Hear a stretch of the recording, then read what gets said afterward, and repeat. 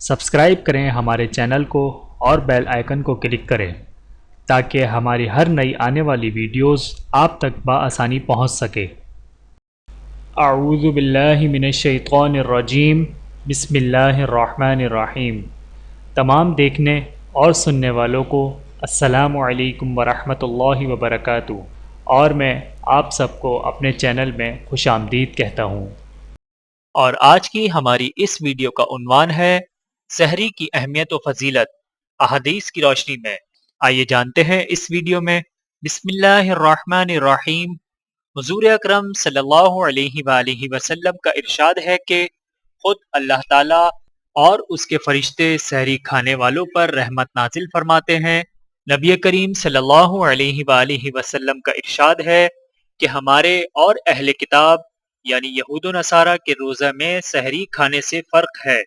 ایک جگہ ارشاد ہے کہ 3 چیزوں میں برکت ہوتی ہے۔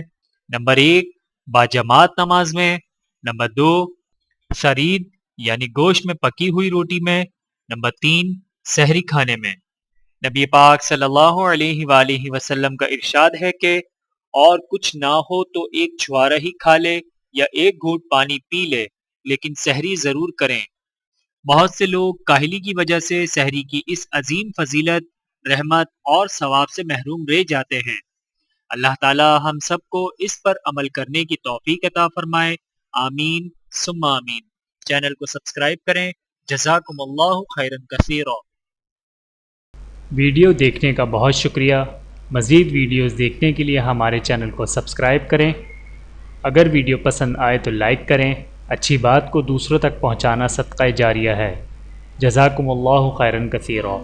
اپنا اور اپنے پیاروں کا بہت زیادہ خیال رکھیے گا اور مجھے دعاؤں میں یاد رکھیے گا۔ Take care. اللہ حافظ۔